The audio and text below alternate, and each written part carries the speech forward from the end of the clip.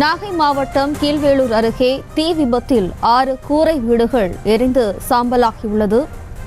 வீடுகளை விட்டு உடனடியாக வெளியேறியதால் யாருக்கும் எந்த பாதிப்பும் இல்லை என்ற தகவலும் வெளியாகியுள்ளது. தற்போது கிடைத்துள்ள அண்மைச் செய்தி.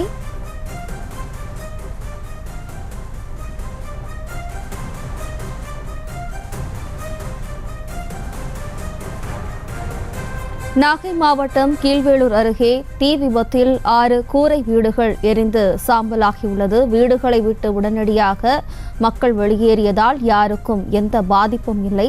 தீயை அணைக்கும் பணியில் தீயணைப்பு படையினர் ஈடுபடுத்தப்பட்டுள்ளனர். தீ விபத்திற்கான காரணம் தெரியாத நிலையில் அது தொடர்பான விசாரணையானது தற்போது நடைபெறுகிறது.